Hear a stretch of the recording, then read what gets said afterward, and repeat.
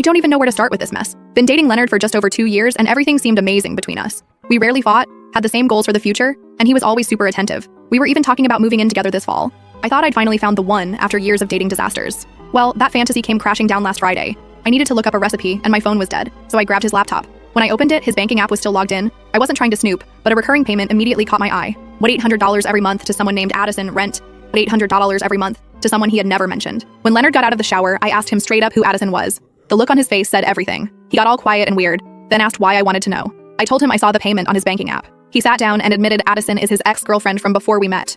Apparently, he's been paying her entire rent for years, including our entire relationship. He swore they weren't romantically involved anymore, but were still close friends, and she needed financial support. I asked how often they talked. His answer? Almost daily.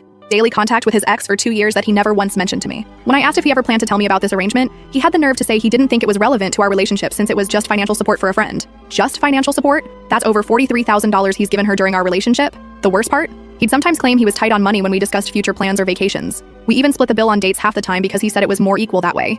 Meanwhile, he was sending his ex nearly $2,000 monthly. I felt like such an idiot.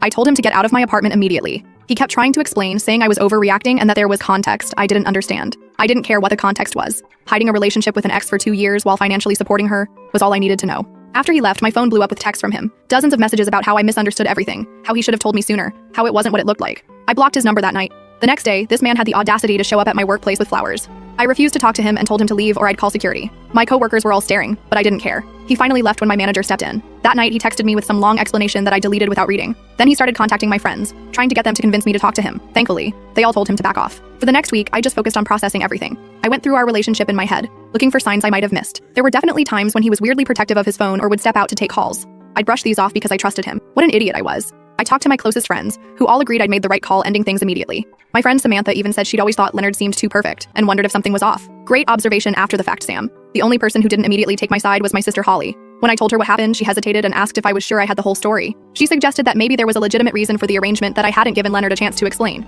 I reminded her that regardless of the reason, he'd hidden this major